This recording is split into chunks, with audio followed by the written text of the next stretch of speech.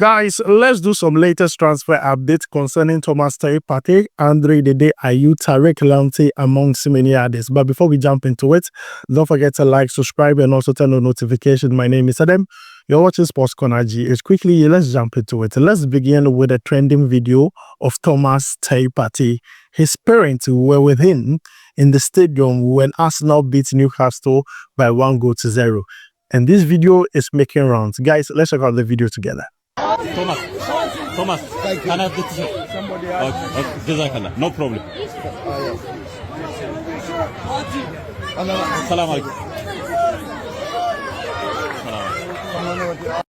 So guys, you have seen the video of Thomas Partey signing autographs, and you can see his mom is there, his dad is there. Not only that, he was also there with his fiancée and also his newborn baby. That is good for Thomas Partey, and a lot of people are happy about the video. This is what we want for Thomas Partey. We don't want any distraction, any negative news. No, we want the positive ones. His happy family, showcasing that to the world is what is good for Thomas Partey. But then, let's talk about his contract. According to Charles Watts, who reports mainly on Arsenal and also other Premier League clubs, states that contract talks between Arsenal and Thomas Partey are intensifying this week, with both sides keen for a quick resolution. Now, this is coming from Charles Watts. A lot of people have been asking for answers. What is happening to Thomas Partey's contract extension? Is Arsenal going to do something about it? Is Thomas Partey's camp going to accept the terms presented to them? But what we get is that talks are intensifying. The season is about to end. So if they don't do anything serious by the end of the season, trust me, Thomas Partey would be looking at other options. But then I'm happy that talks are intensifying and things will be resolved very quickly. I can't wait for a year we go concerning Thomas Partey and also his contract extension. This season, he has been extremely good for Arsenal. Even though they did not win a trophy, we just hope that next season, something would happen. Now, let's move away from Thomas Partey and talk about Ayew. You see, Ayew is 35 years of age. I stand to be corrected. And he has joined Le Havre in the French League twice. And both times, he joined for a short period. But this time around, he did something that a lot of people have been talking about. Helping Le Havre survive in the French League. He did not score a goal in that game. In fact, he played 64 minutes in that game. But what he did that a lot of people are talking about is his expertise, his experience that he was able to show on the team to help them survive in the French League. But then the thing is, his contract ends at the end of the season. The French League season has already ended. That means that as I'm talking to you now, Ayew is a free agent. He is allowed to talk to other clubs concerning his future. Now, as to whether he would like to stay in France and play in the French Liga or go somewhere else, it depends on the teams interested in Ayew and his services. But as I'm speaking to you now, his contract with Le Havre is done. Currently, he is a free agent. And for clubs who are interested in Ayew, they need to act fast. I believe he's a player who can still give you a lot playing in top flights. We saw it with Le Havre. I believe with any club who can be able to convince Ayew to be part of your project, was going to get a very wonderful player with tons of experience. So that is the latest update concerning Ayew. The thing is, he's a free agent now, and we'll be looking at him for the next few days and see the next club he's going to decide to join. The next player I want to talk about is Tariq Lampey. Tariq Lampey is in serious trouble. Serious trouble when I say his injury situation are becoming so bad. The latest update concerning the player is he's injured again and has been ruled out for the rest of the season. Now, the rest of the season, it will end on Sunday. So the guy's season has already ended like that. And for the 4 nation tournaments we are going to play, against Nigeria, he's not going to be part because he's injured. But then the bad thing again is that his contract ends at the end of the season. So looking at his injury situation, Brighton and Hove Albion are not moved. They are not motivated enough to give him a contract renewal. So as I'm speaking to you now, Tariq Lampey would be a free agent at the end of the season with a new injury. Now, that is really, really bad for the player because not many teams would like to sign a player who is injured. But this player has some strong potential that I won't be surprised he ends up in a very good team. There are teams that have looked in his way, especially when he was fit.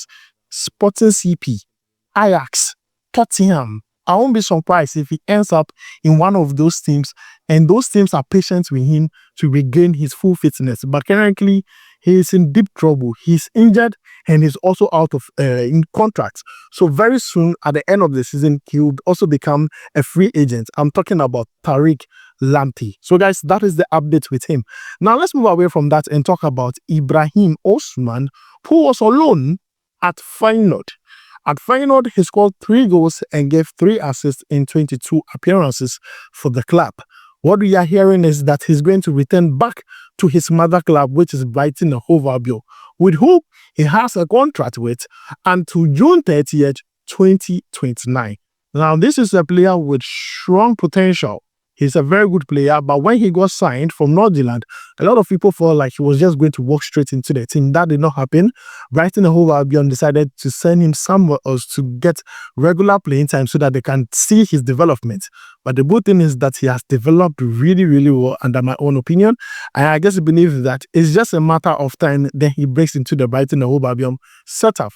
But as to whether he's going to leave on loan again or stay with the Brighton and Hove Albion team, only time will tell. But then immediately the transfer window opens, I believe a lot of business is going to happen, and these players could either leave their club, which is their parents' club, for example, Osman Ibrahim, Brighton and Hove Albion, to another club, or probably stay in the club. But then, guys, the update concerning Osman Ibrahim is that his loan at Feyenoord has ended, and currently he's back with Brighton and Hove Albion. Now let's talk about some other updates concerning Jeffrey Schlupp. This player is in line in winning the treble. So currently he's on loan at Celtic, and Celtic won the Scottish Premier League. But then before leaving on loan, he played some few games with Crystal Palace. Crystal Palace also won the FA Cup, so he has a medal. So automatically he has won 2 trophies. There is going to be another game, which is the Scottish Cup. If he wins that, he has won 3 trophies. He has won the treble.